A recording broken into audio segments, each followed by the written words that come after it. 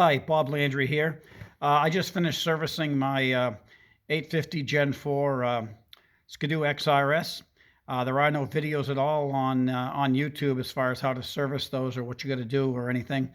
So I had to use a shop manual to service them.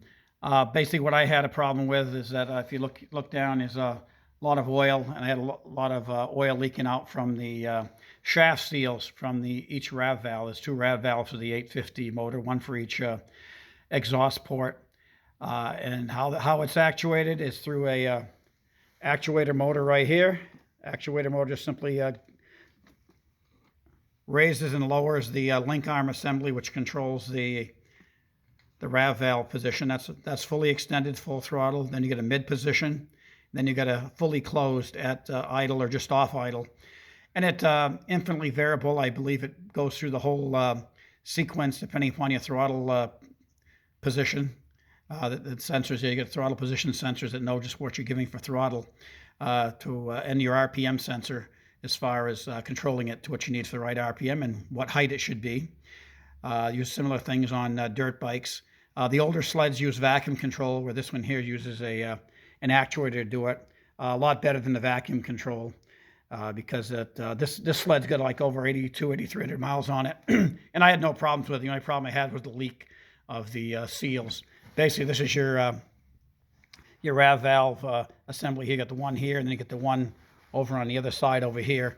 And it's a shaft seal that's located on the bracket here for the RAV assembly, main mounting bracket. The seal's pressed right into there. One thing you want to do, if you read the manual, it tells you after you do any adjustment or removal of the link arm for the 3D RAV valve, you have to do bring it into buds and have them do a realignment to make sure everything's the three positions it looks like fully closed, fully open, and mid position. But as long as you take what I did, I just simply took some red fingernail polish, and I put the fingernail polish right here on the nut right here.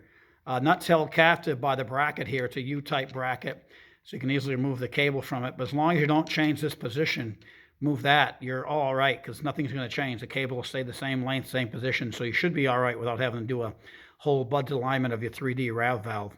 To remove it, what you got to do is pull back this cup right here, then just loosen this nut up enough so you can basically slide it back here, and then just push it down and remove it through the smaller collar here.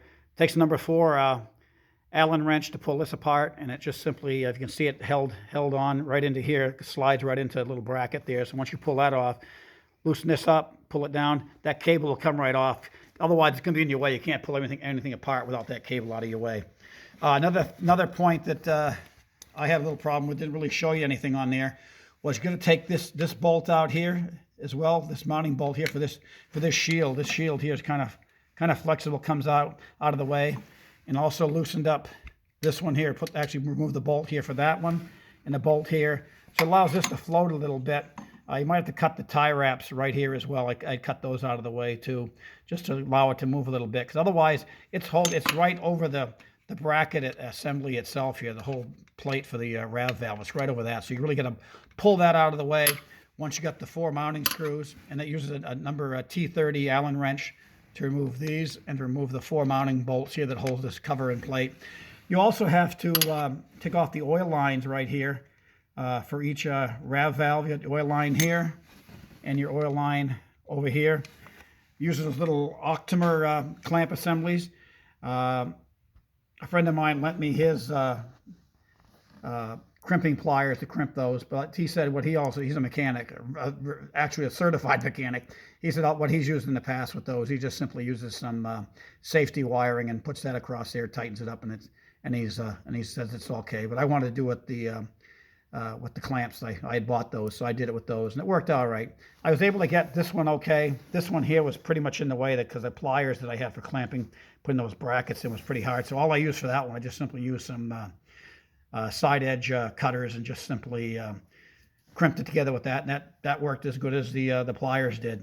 The only thing it is, the head sticks up a little bit, whereas on this one here it doesn't, because the special pliers push it back down.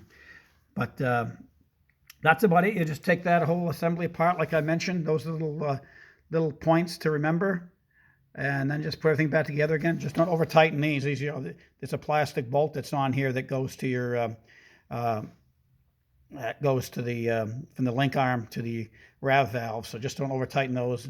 Tighten everything up to the torque the factory says. Same thing. Don't over torque the ones here for your Hall effect sensor. Don't over tighten those, because that'll crack the mounting plate, and you don't want to be doing that. Then it won't be aligned properly, and you'll be replacing that piece. That's about it. The only other thing I did, I just to be on the safe side, because I had a 2014 800 XRS, and I had a problem a couple of years ago with the injectors, the connector on the injectors. The wires had frayed on it. Of course, the mounting of they have here on the 850 injectors are a lot better than they had on the 800. But I just simply put another couple of tie wraps on here just to hold them in there more secure, so they don't go moving around, because they were a little sloppy. You don't want the wires to break or bend. They carry a lot of current there for the injectors. But if you do have a 2014 or 800, any 800 machine, just watch out, because what they do on that, they take the cable assembly and they kind of flip it up over and they tie wrap it right to the connector. And mine broke right where it where it was bent over. So I spent some time trying to troubleshoot that till I finally saw, hey, the wire's broken. No wonder it's not working. And it worked intermittent for a while. Just if you got an old 800, that's something to look at, direct injection one. That's about it. Hope this is informative for you guys. Better than nothing.